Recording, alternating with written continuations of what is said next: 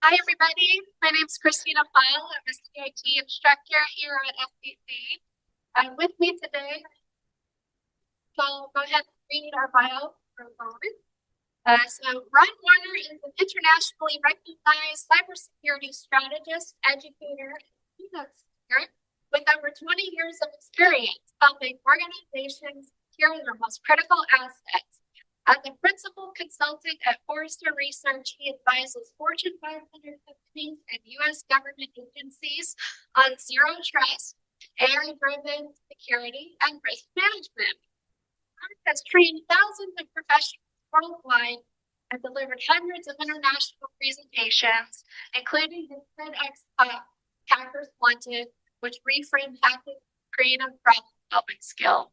Ron combines strategic vision with a passion for empowering others to build resilient, human-centered security programs. Thank you for joining us here today, Ron. Well, thank you. And warm welcome. yeah, appreciate that. I have to admit something to you. I'm a hacker. I know I don't necessarily look like one, but I've been doing this for a long time. Do we have any other hackers in the room? Anyone who wants to admit it? And yes, the FBI knows I'm a hacker. I've also been working with them for a very long time. I'm assuming y'all are here because you're looking to build a career in technology, right? How many are looking at maybe software development? No vibe coders? Maybe a little bit if you need to. How about cybersecurity? A lot of you, because a lot of this talk will be cybersecurity. Any data scientists here? All about the data, network or system administration. So many different options. Well, my bio sounds impressive, but I want to give you one of the first hacking tips. How many of you have actually looked me up to make sure I'm not a deep fake? It's got, all right. And what'd you find out about me? Okay. Works. There you go. Oh, down. That's why. So what'd you find out about me? I have a lot of followers on LinkedIn. I have a lot of followers on LinkedIn. I social engineered a whole lot of folks. Yes. Like over 14,000. But I've been on LinkedIn for like 15 years. One thing I've learned, just connect with folks. When I first meet someone, one of the first things I'll do is look them up on LinkedIn. So I'm an educator. I teach at Bellevue University. I've been teaching there for about 15 years. As was mentioned, I do a lot of cybersecurity consulting for international companies. Feel free, look me up if you'd like, connect with me. How many of you have an active LinkedIn profile? I do have a slide on that in a little bit, but build your LinkedIn brand. It really is how employers are going to find you. Make sure it echoes your resume. So why are we here? What are you hoping to get out of this? Yeah. Just to learn more about AI nowadays. Learn more about AI. I forgot to ask, how many of you are planning on a career in AI? Everybody should now raise their hand because ready or not, it's all around us. Organizations are using it, prompting. How many of you use AI with your classes?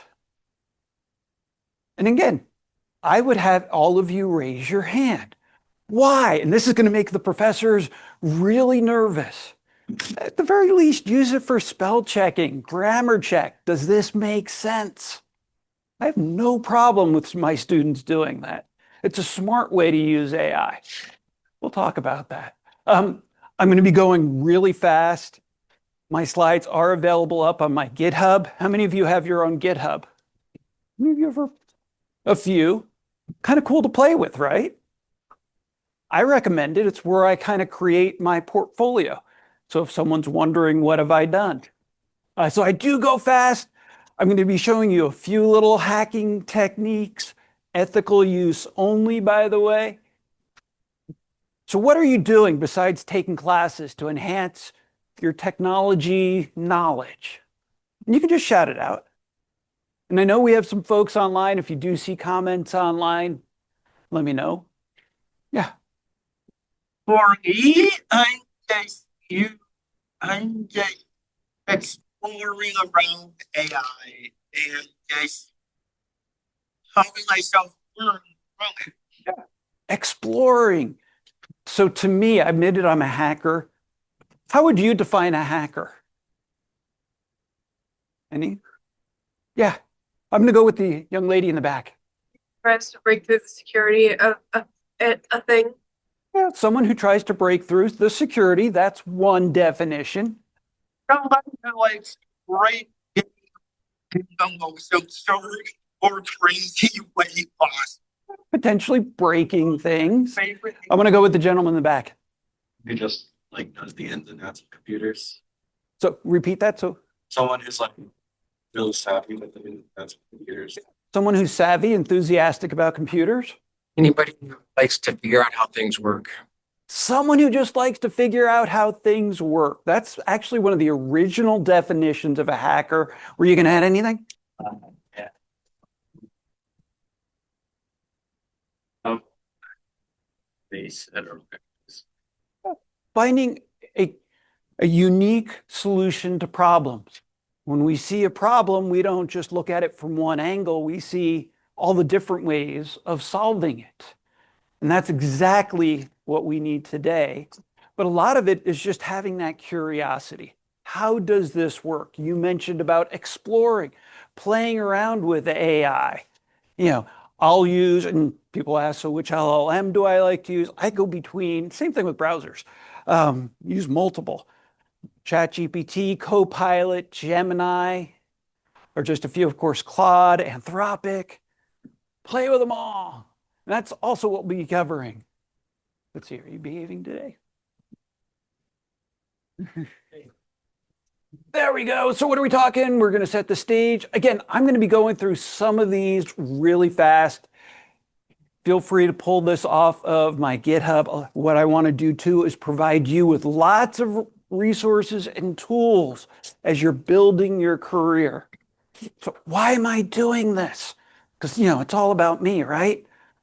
I want to retire. I want to make sure you all are empowered to take over from what I'm doing. All right. How many of you have a home lab? Perfect. So what do you have with your home lab? old laptop. Old laptop, perfect place to start. I got like 3 that, I use just for my experimentation. What else? HP. Okay. So, and that's the type of equipment we'll talk about what you need to build, but you don't need a lot of equipment. If you find someone has like an old, even desktop, laptop, you can use it. Sometimes businesses give away old network equipment and you can practice setting up a home network. And y'all have a home network. So really what you're looking to develop is that curiosity. It's not all about the hardware. It's having a resilient mindset. One of the slides I'm going to talk about is how to get a job in technology, AI, cybersecurity. It's an interesting time we live in. If you see a remote position, and let's just say it gets posted on LinkedIn, usually within an hour, there may be 1,000 applicants. What's happening? Well, there's folks who have created their own AI agents to automatically find these jobs. They'll automatically take their resume, match the job description, and apply for them. Are they valid? No. We do know, have you heard the story about the North Koreans who got a job at a cybersecurity company last year? Somebody called KnowBe4, you heard about it? Yeah, they did everything virtually and they got fooled, which is just hilarious because KnowBe4 is actually one of the world's top and best cybersecurity awareness companies. So what I'm encouraging you to do, get out, keep experimenting, and I'm going to show you how. First of all, using these hacker techniques. And I warned you, I go through this fast. If you do have questions, though, just raise your hand. I can slow down. I mentioned hacking techniques, be ethical. Anything you do, set up your own home lab. If you have not, I needed to warn you about something. I am a college professor and I do give homework, although I'm not your college professor. but go out and try these things that I'm recommending. This will help build your career. Why? When you are in a job interview and they ask, so what are you doing to build your skills? What are you doing to learn and stay current? You then can show your home lab and provide your portfolio. Use the free frameworks. I'm going to share some with you, particularly if you're in cybersecurity. Keep experimenting. Any of you ever brick a machine? Great learning experience, right? Hopefully it's just your own. Everyone know what brick a machine means? If I say something you don't know, it's okay to ask. If your professors, instructors ever say a TLA and you don't know what that TLA is, you need to ask. Okay? I'm waiting for someone to say, what's a TLA? What's a DLA? Thank you. 3-letter acronym. We use them all the time. You know, like, are you combining your sim with your SOAR? You don't know what that is? Stay tuned, maybe. So don't be afraid to ask questions. My opinion as an instructor and as a professional, really, there is no stupid question. Except for one time, if I just answered the question, then I get a little perturbed. You know, if you just weren't paying attention, or if it's in a group chat and like you didn't scroll up, like just a tiny bit. But yeah, don't be afraid to ask questions. If you're studying cybersecurity, read Sun Tzu's Art of War. You might say, wow, that's a weird reference. Why are you talking about the art of war? Knowing the enemy, know yourself, know what you are capable of, know your strengths, your weaknesses. All right, so tell me, what's a common framework in technology or cybersecurity? Before we move on, what does it mean to brick the machine? Oh, sorry. Oh, what does it mean to brick the machine? It means to make it so it's not operable. Thank you for asking. And I appreciate you taking notes. That really is impressive, by the way. Yes. Black software. What about cloud software? Just the whole thing of cloud software, like Google Cloud, Microsoft Azure, Yep. Oracle. Yep. Amazon AWS. How many of you are using the cloud? Y'all, again, raise your hand if you're using Microsoft 365 with, what is it, OneDrive? If you're on Apple with iDrive. But everything's in the cloud right now. When I shared my presentation, I used my Bellevue University OneDrive. So it's not hard. I will talk about how to use the cloud here in a little bit, so stay tuned. I did want to share some common protocols, frameworks. Again, I'm going to just cover these very quickly, but keep this interactive. Anyone think of what's a common protocol on computers? Yeah. TCP, TCP. And what is TCP? transmission. Control protocol. And we use that with networking. Actually, I'm going to cover that here in a little bit. Another one for networking, file transfer protocol. File transfer protocol. FTP. FTP. Should you be using FTP to transfer sensitive files? Use SFTP, secure file. How long has FTP been around? It's like new, right? Almost as old as I am. Anyway. It's been around It's been- a while. On the original Unix, not even Linux. From this slide, time. Y'all, do y'all know that you have access to an atomic clock? If you look at your phone, how accurate is the time on your phone? Hopefully, yeah. Hopefully accurate. It is actually extremely accurate because it is attached directly to atomic clocks as a part of GPS, Global Positioning System, because that's how GPS works, very time-based. Protocol you should be using. Others. Are y'all familiar with the Computer Security Resource Center out of NIST? If you're not, csrc.nist.gov. Bookmark this. This has been the resource used worldwide for computer standards. So if you're wondering, what is the standard for time? What is the standard for FTP or other types of file transfer? What is standards for AI? csrc.nist.gov, been around for like 25, 30 years.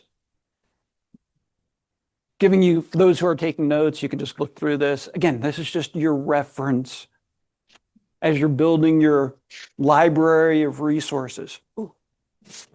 Anyone else like free stuff? Yeah, all our students, we all like free stuff. This is free, and that's actually why this is used worldwide. There are other standards that are used throughout the world, like the ISO standards, but they cost like 200 Swiss francs, $250. It's a lot cheaper. Another is cybersecurity framework, version 2.0.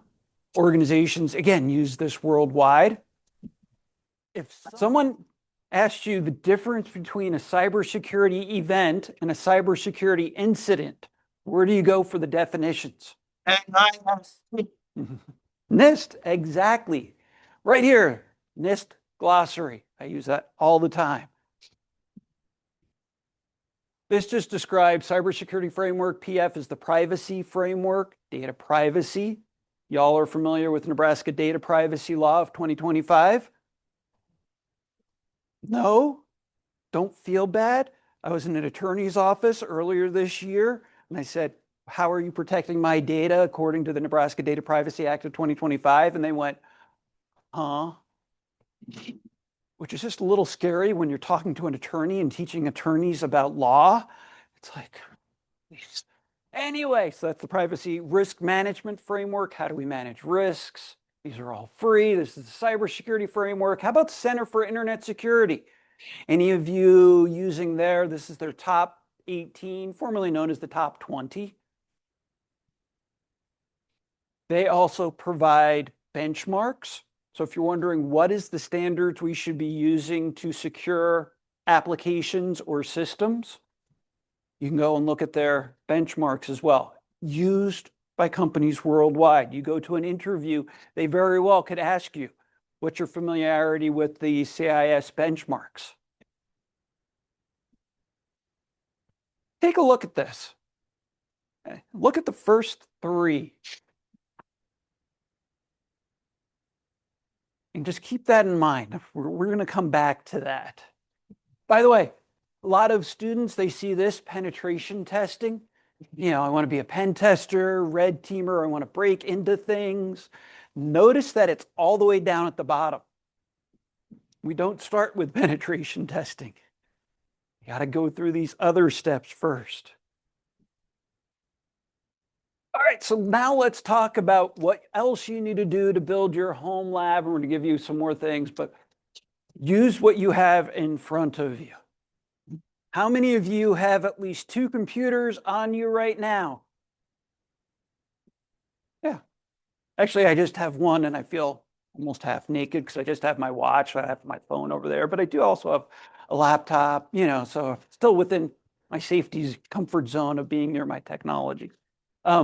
The technology in front of you can be a great start for building your home lab. Then my challenge to you, though, is when was the last time you looked to see what is on your home network? When was the last time you looked at the device you are using to see what applications should be there?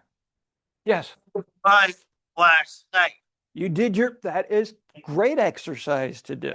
I do mine every night before I go You make sure, good.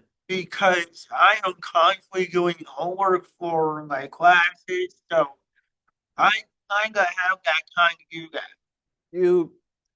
You're continually practicing. That's what you want to do. Make it more like muscle memory. I've been doing that since 5th grade. Perfect. So what else? You know, do you have an inventory of what you own, what is on your network? I'm going to go back. So why do I bring this up? What is number 1 and 2? Inventory and control and software access. Yep. What do I have for hardware? What do I have for software? Applications.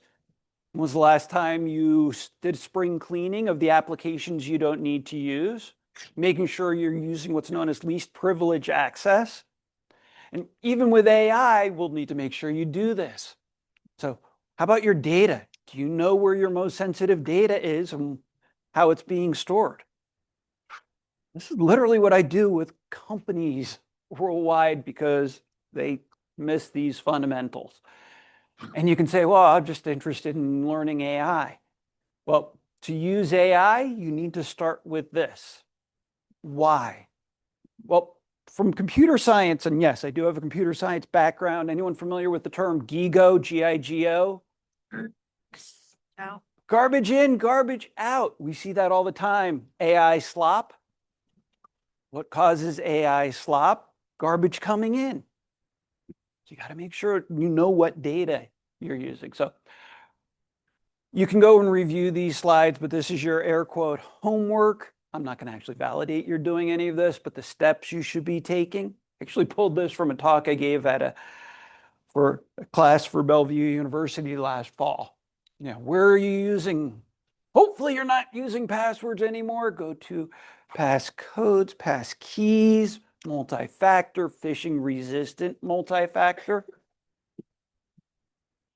Getting a code via SMS on your phone, is that considered phishing resistant multi-factor? No, lots of evidence. You can read the book by Roger Grimes on it.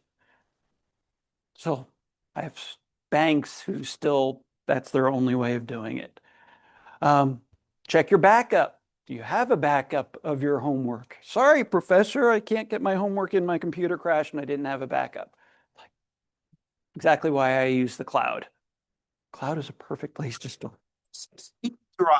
You can, SSD is a good way to do it, but make sure you test it because they do fail. Yeah. All right, other things you need to be doing. I mentioned the SIM, use network time protocol.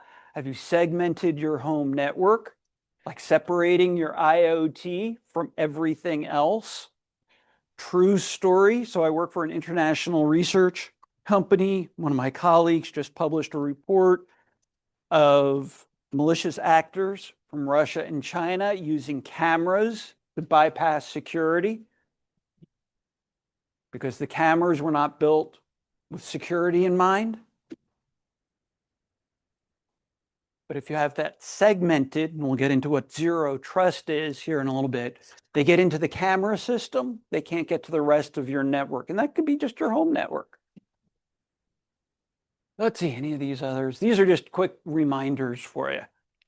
You've got a lot of fun activities. All right, here's one for you. If someone were to say, what's your IP address? Would you know how to find the answer? Mm-hmm. How many of you? Yes. What's that? Find it. Where would you find that? So first of all, if you're on a standard either Windows or Mac or Linux, you can type ipconfig from a command prompt. You on a iPhone settings general about. Now, a question you should be asking is which IP version are we talking about? IPv4 or IPv6? So it's the versions of the internet protocol. You talked about TCP, TCP/IP. It's basically like your address for your device. How long has IP version 6 been around?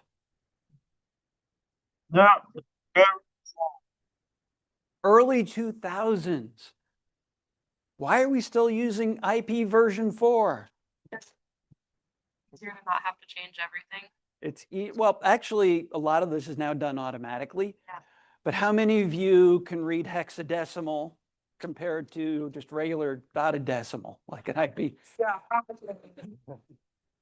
If you watch The Martian, it actually shows you how to read hexadecimal. By the way, hexadecimal is base 16 math. For those who don't know, 0 through 9, A through F. And after a while, you learn how to read hexadecimal. Another question you should be asking, am I talking about your local IP address or the IP address you have on the internet?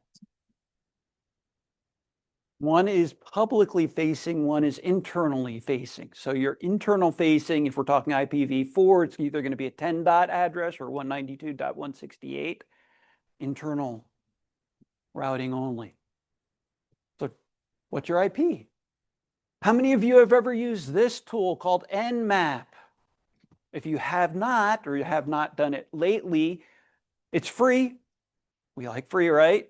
There's a GUI version called ZenMaps. It's been around forever. It still works. Use it to map your home network, and you'll see how many of your neighbors are using your free Wi-Fi. Okay, maybe, hopefully that's not happening. I actually had a high school student do that. He's like, oh yeah, I saw my neighbor, she didn't secure her home Wi-Fi.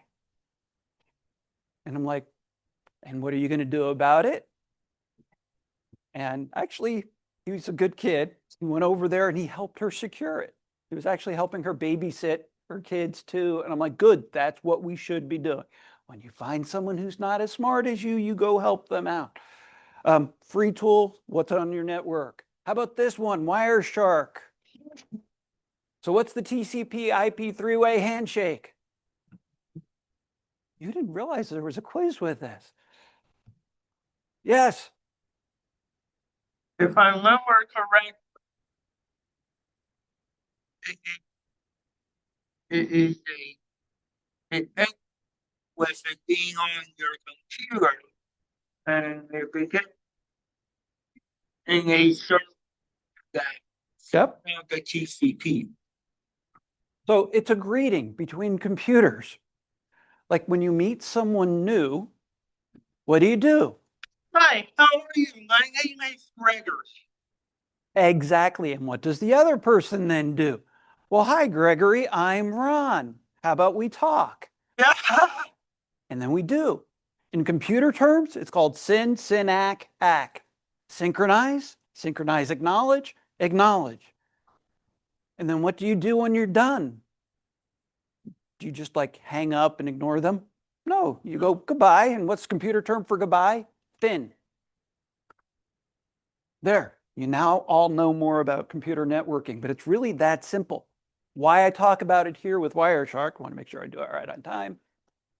You can use Wireshark to see what's on, what's going across your network. This actually shows the OSI 7-layer model as you are using it. You can take a deep dive. Again, it's free. Why not use it? All right, let's keep talking about building a home lab. A little too fast.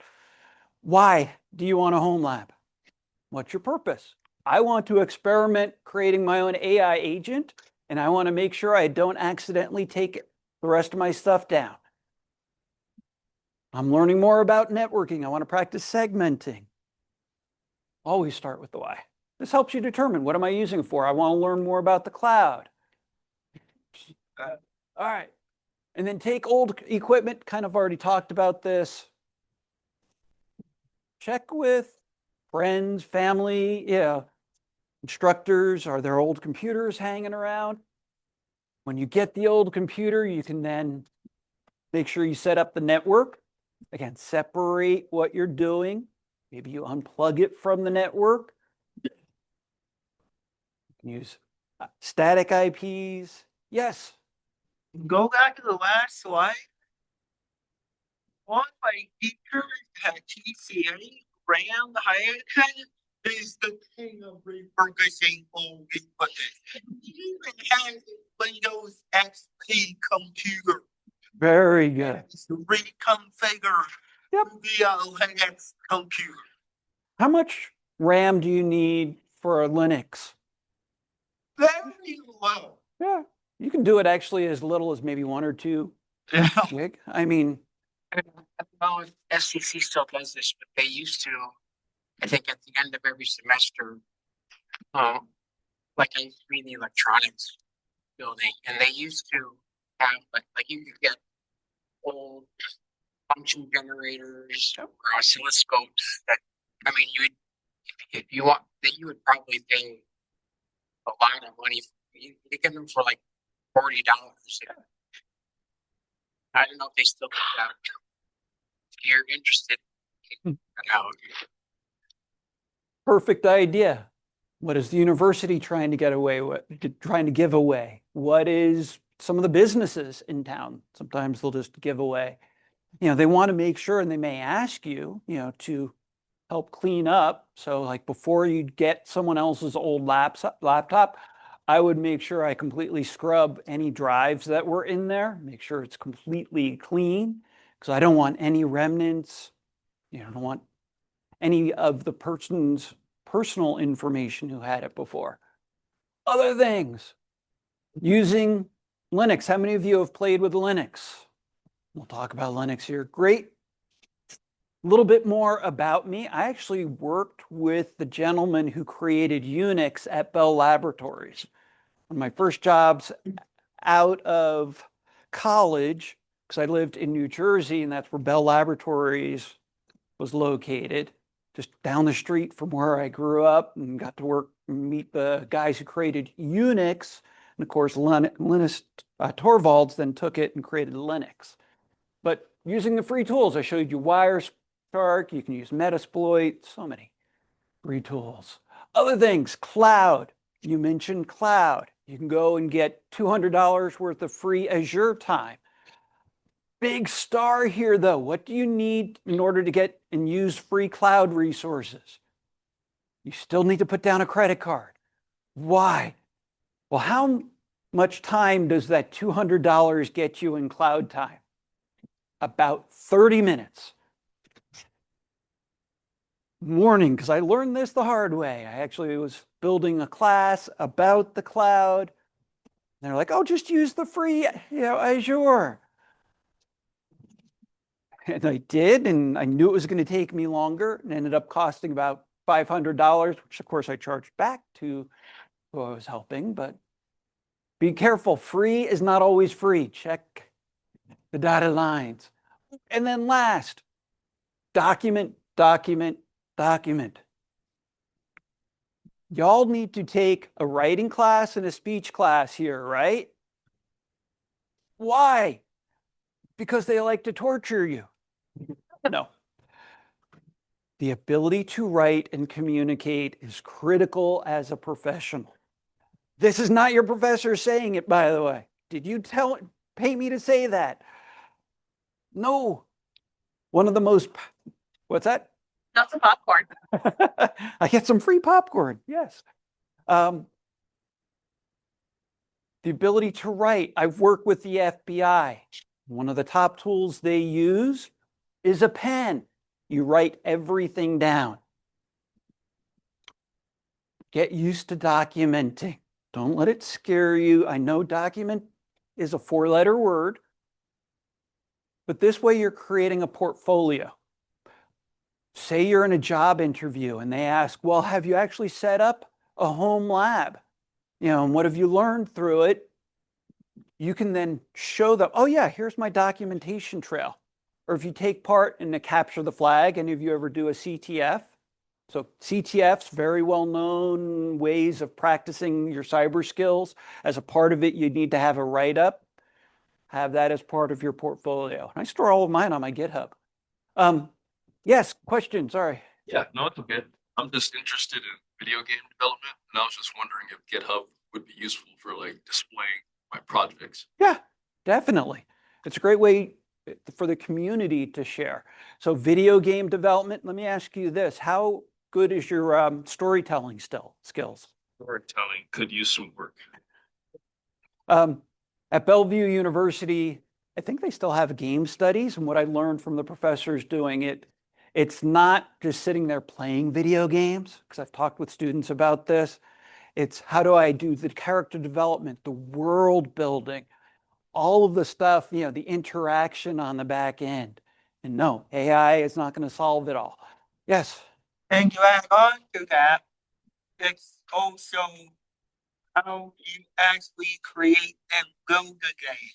You're right. How do you make a game that's fun? Not just how do we make a game that's fun, Right. but how do we market it so that they stay entertained? Yep. How Exactly. Ongoing. It's not just repetitive, the same tasks. A lot more to game development than people realize. But yeah, put it out on your GitHub, share it, learn from other gamers. If you have a virtual machine, you can just use the Linux subsystem for Windows if you have like a Windows 11 machine to learn Linux, or you can use VMs like VirtualBox. VMware still has some free versions. This is just a list. Again, this is out on my GitHub. You can see. I think it's a great way to practice operating systems. Let's just say you have one computer, a Windows 11 laptop, 8 gigs, should be enough. Throw a VM up there with a small Linux, practice Linux. Speaking of Linux, so what is the best Linux distro? Whatever's best for you. I love that answer. Exactly, the one that's right in front of you. Were you going to add something? I want to say personally because of how it relates to cybersecurity. How Kali for cybersecurity. because you Yep. and tires of that built in. Yep. Kali comes complete with a suite of tools. So in the interest of time, I'm going to have to keep going. All right. Sorry to have to cut you off. Want to make sure I can get through it. But yeah, pick one. Practice using it. Don't be afraid of using the command prompt. And here's other tools. And I actually built this as I was developing a workshop on how to build AI agents. Use Notepad++. Latest version. Huge vulnerability that was announced like 4 weeks ago, maybe 6 weeks ago. Learning a little bit about Python, setting up your own API key. And again, if these are things you're not familiar with, just note it to learn in the future. But don't be afraid of using the command line PowerShell on Windows. You can do everything in PowerShell that you can on the command line and vice versa. Same thing in Linux. My fingers remember Linux better than my brain does. Oops, backwards. All right. Questions about building a home lab? I've been asking them all along. So I'm just going to go through some quick AI skills because you have to. It's required in 2026. Anyone remember this quote from Abe Lincoln in 2006? Actually, I've had that image for like 10 years before ChatGPT. So this wasn't even anything AI related. If you're familiar with a term called zero trust, it was originated by an organization known as Forrester, my current employer, ironically enough. So that's been my job for the last 4 years, helping companies build zero trust. Comes back to this: trust and verify. Assume a breach. Assume that there's going to be an issue on your network. Assume that there's going to be vulnerabilities, particularly with AI. So other fundamentals: knowing software development lifecycle. Any of you beginning to vibe code? I think I asked that earlier, a little bit in the back. Great way to practice coding. But again, here's the scare we have, and I'll get back to you in a minute. With organizations, shadow AI. People using AI to do their day job in an insecure manner.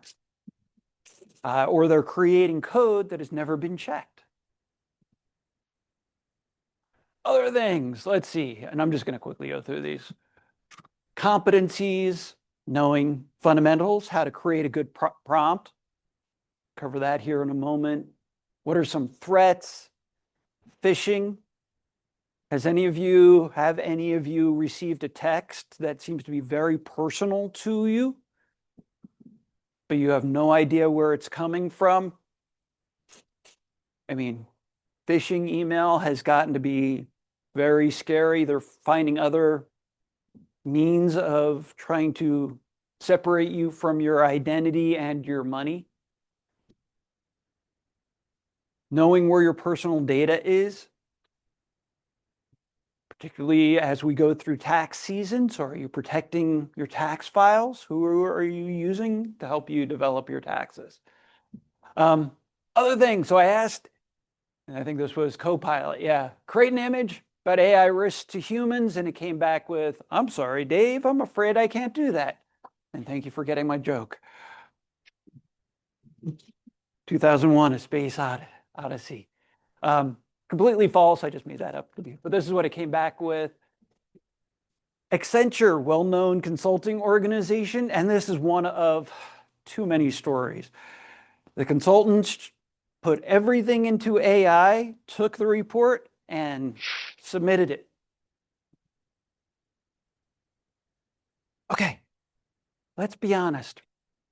It can be tempting, it's 10 p.m. at night and you got a homework assignment due and you're just beginning to work on it, and you have ChatGPT right in front of you, and you just copy the assignment requirement into ChatGPT and say, help me write my report.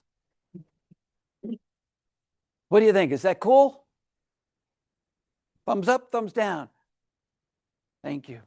Why? And I've actually been talking about this for 10 years before AI became popular. You're in a job interview and they're asking you a question. You can't just pull out your phone. Now, we've seen this with virtual interviews. They ask you a question and then you quickly type and then you are reading the response back to them. You will not be getting a call back from them. That is not a way to impress. Practice now. Classrooms are one of the safest places to mess up. So don't just take some, and this is exactly what happened with Accenture, a well-known company. All right.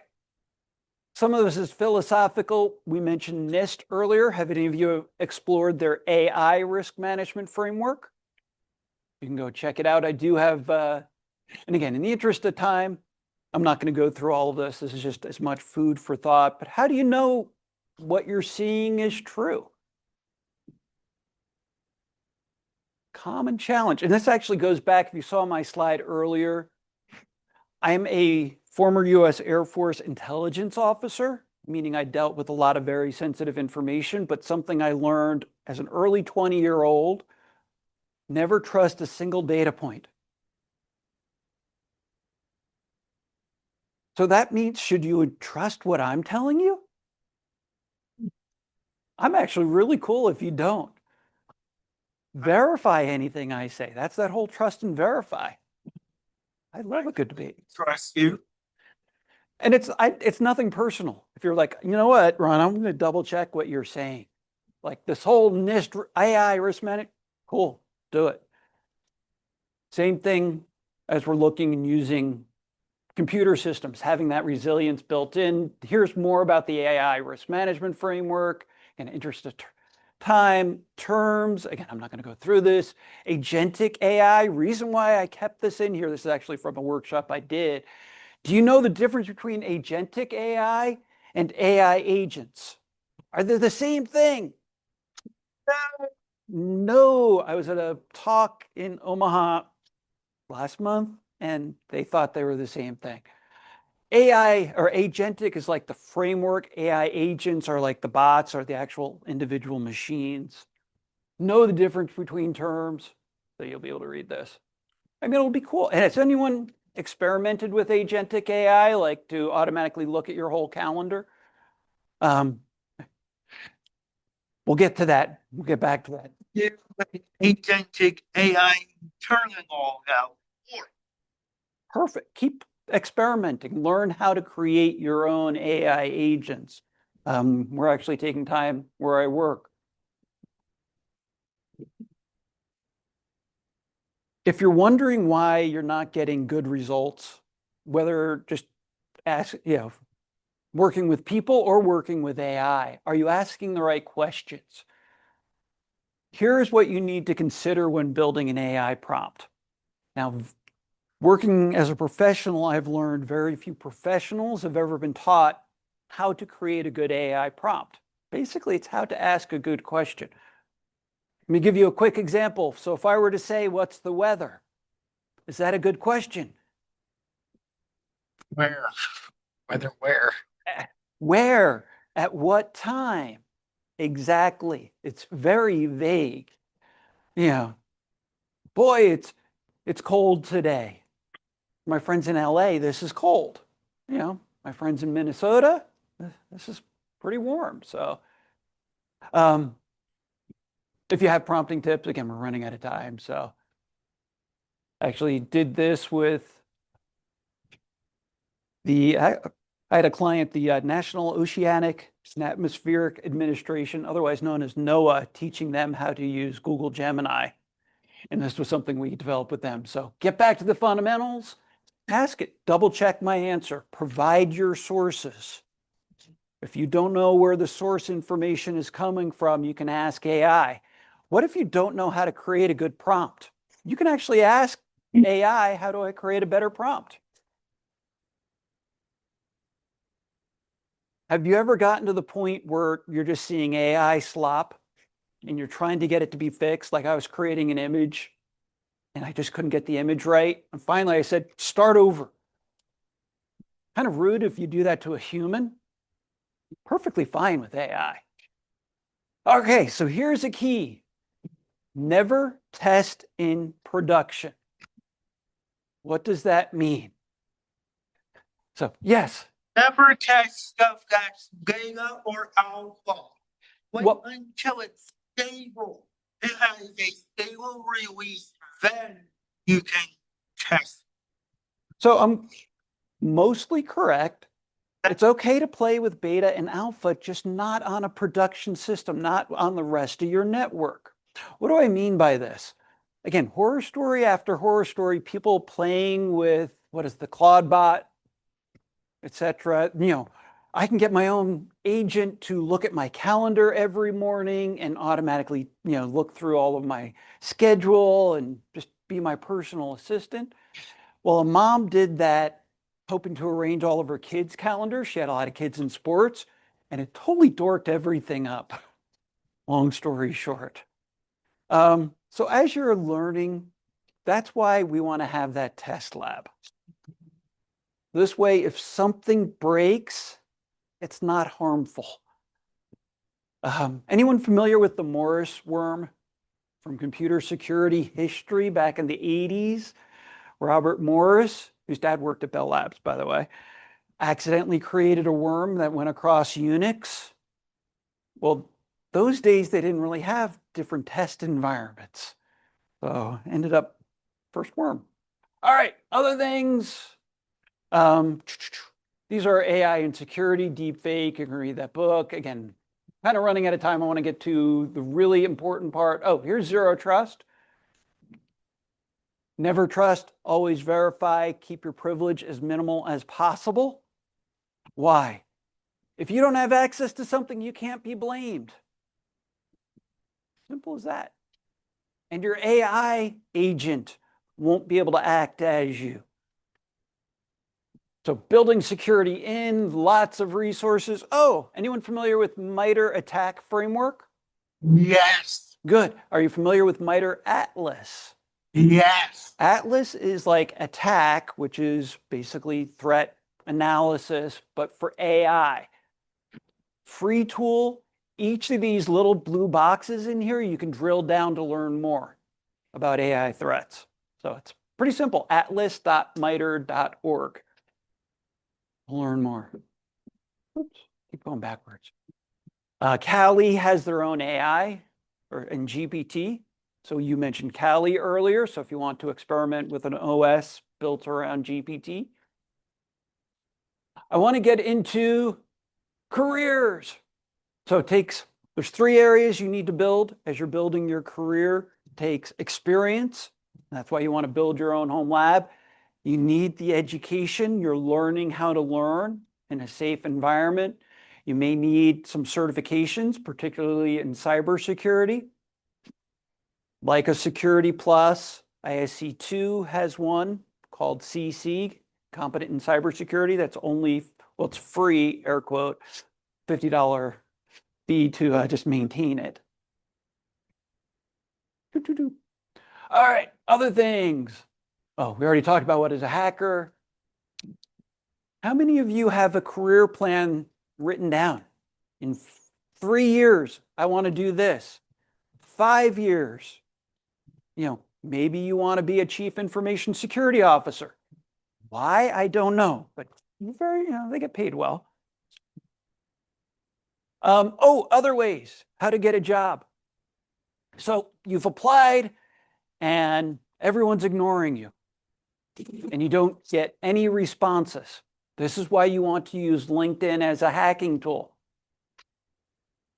Find out who the hiring manager is. Find out people from that company. Get to know them. Say, hey, I want to learn more about what you do. So OSINT, O-S-I-N-T, open source intelligence, learn about the people. So you're going into an interview. Wouldn't it be nice to know the person before you go and meet with them? Yeah. So it's not quite Google stalking. It's just getting to know who they are off of the public internet. And then you can connect as you're meeting them. You can say, hey, I heard your kid loves soccer. And then you can talk about soccer. And they see this personal connection, which goes a long way. Network, be a part of communities like you came out to this one. I actually created this slide back September. And you want to hear something rather ironic? And this will be a surprise for y'all. I'm actually being laid off next month. Am I worried about it? No, because I already had my career plan in place. Everything's set up. But I've been warning people, we're seeing these risks come around. HR systems are broken. That's why I say social engineer your next boss. Red flags in job descriptions, we see them all over. You know, it's an entry-level position, but you need a CISSP. If you're not familiar, CISSP is Certified Information Security Professional from ISC2. You need at least 5 years of experience to get a CISSP. So if they say entry-level CISSP, they don't know what they're asking for. See this all the time. That's why ask. As you're interviewing too, you want to make sure it's a good fit for you. Are you going to fit with their culture? So ask questions. Make sure you go to that interview with your questions prepared. You know, what's a day in the life look like? Oops. So other things, build your brand. Here's my LinkedIn page. Here's a good friend of mine who taught me how to build a LinkedIn page. She's a fantastic female in cybersecurity. Her name is Jack Scott. Build your brand. Primarily on LinkedIn. Don't forget the interpersonal skills. And I'm allowed my dad jokes in here. Bring in some humor. Okay, we are at time. Sorry, I started a minute late, but I want to get back to other resources, career tools. If you have in cybersecurity, go to cybersecurityguide.org. That would be my one ring to rule them all because it has a ton of links and resources. All right, now questions. Yes. What is GRC? Don't guys why that had GRC on it? What is GRC? Governance, risk, compliance. It's basically risk management. Governance is building out the policies. Risks is what are the risks to the organization. Compliance is how do we enforce those controls. Good question. And I know if y'all need to go ahead and go. I'll stick around for another couple of minutes if you have other questions. But connect with me on LinkedIn. If you have questions, they have my contact information. I'll see y'all around. The only question I have to go. I didn't know if you wanted to stop the recording. Thank you. Okay. I had a lot of material, a lot of things to cover.